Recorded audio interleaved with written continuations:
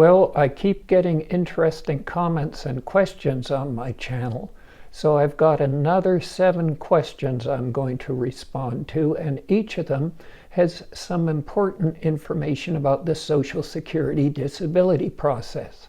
Hello, I'm John Foster. I'm a medical doctor who does Social Security disability exams, and as usual, everything I say reflects my own opinions based on my own experience and study, and not the opinions of the Social Security Administration or any other medical body. Now, the first question a person wrote, can I get disability for a degenerated disc? And that means a disc in the spine. And comments and questions like this sort of sadden and frustrate me, because I've gone over this sort of issue many times in previous videos, but people keep asking this sort of thing, so I think it's important to reply.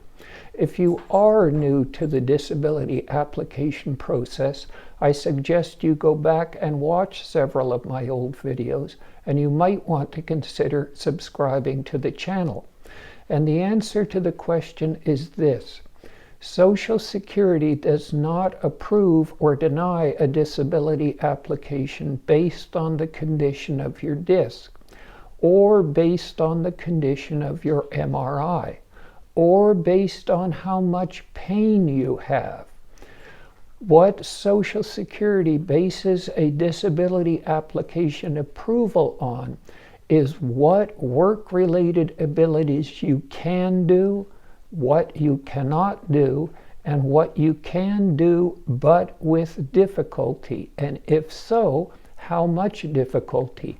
Now, a problem with a disc in the spine may interfere with your ability to sit, stand, walk, lift, carry, kneel, squat, crawl, or operate foot controls, and all of those limitations would help a disability application.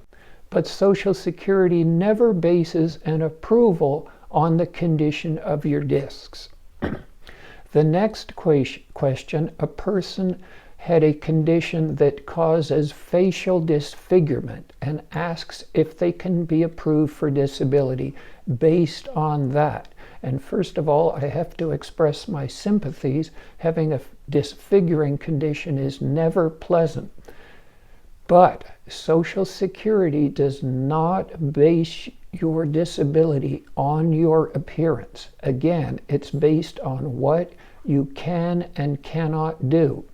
Now, some conditions or illnesses or injuries that affect the face can affect vision or hearing or breathing or speech or swallowing, and all of those would be conditions that would improve your chances of being approved.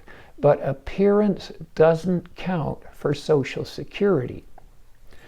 The third comment was a person who was upset that a friend of theirs was denied based on their young age and high level of education.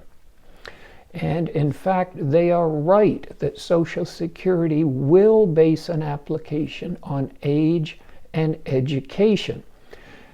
If you are under 50, it's difficult to be approved for disability. You generally must meet a listing. If you're over 50, and especially if you're over 60, it's easier to get approved. Social Security won't say explicitly why, but the feeling is they think that if you're over 50 or 60 and you have decades of work history, that means that you're not going to stop working for a minor or trivial reason. Likewise, Social Security figures that if you have a high level of education, there are more jobs available to you, and their cutoff is whether or not you have a high school education. College degrees are not that important. And just for an example, the lowest level of education I've seen in a disability applicant was 3rd grade, and the highest I've seen was a person who had 3 master's degrees. And the final thing not mentioned that Social Security may take into consideration is whether you have transferable skills or not. That means in the job that you were doing prior to the onset of disability, did you learn skills that could be used in other jobs, making it easier for you to find another job?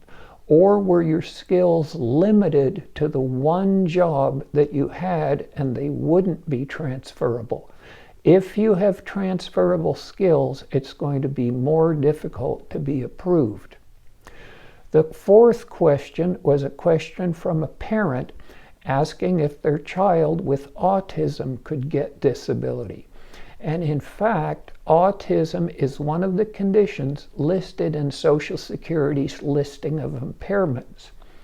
Now, autism is a psychological condition, and just about any psychological condition will be considered by Social Security for disability, but it has to be marked or severe and must interfere with work-related abilities. Autism can definitely interfere with your ability to interact socially.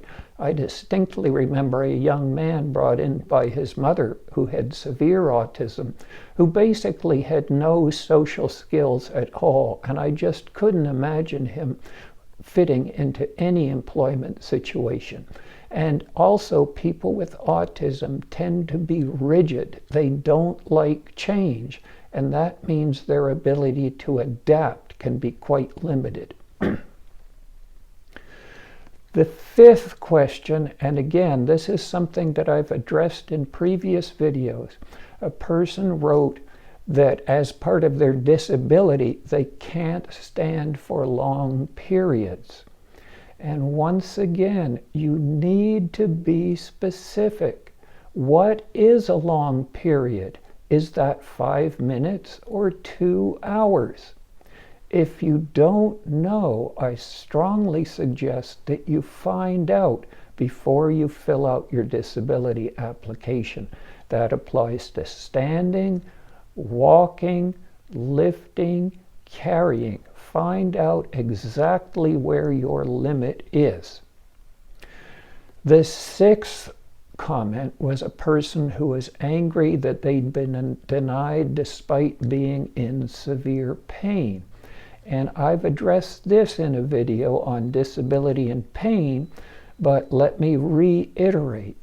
Social Security will not approve a disability application based on your statement about your pain, no matter how severe you state that pain is. You must have objective signs of disease, and the disease or injury must limit your ability to work. Now, I know at least one person will get upset about this. Please don't rant and rave at me in the comments. I didn't make this decision. Social Security is an enormous organization with a budget of over $1.5 trillion a year.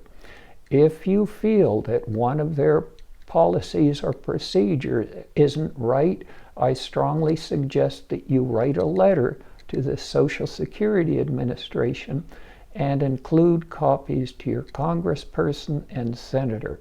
Ranting and raving in my comments will not change a thing. Now, the seventh and final comment was about how the person knows many cheaters who've gotten Social Security disability when there was really nothing wrong with them, and they spend all day sitting on their porch drinking and smoking marijuana. That brings up 2 points. First of all, if you really know someone who's abusing the system and is receiving disability benefits despite having no medical problems, then in my opinion, they're stealing money from the truly disabled. And you can report these people. You want to report them to the Office of the Inspector General. The telephone number is 1-800-269-0271. And there's also a website where you can report Social Security fraud. I'll include the telephone number and a link to the website in the description to this video below.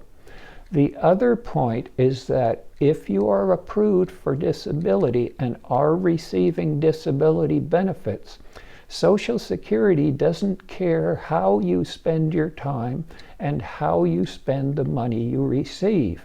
You could be spending your free time volunteering at a homeless shelter, or you could be spending it sitting on your porch drinking and smoking marijuana.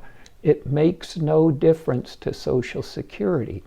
The only thing that counts is whether you're employed and achieving what they call substantially gainful activity.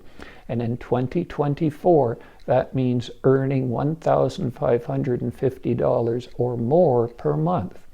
If you engage in substantially gainful activity, you're likely to have your disability benefits terminated. Well, I hope this has been helpful, and as always, remember, if it happens, it's possible.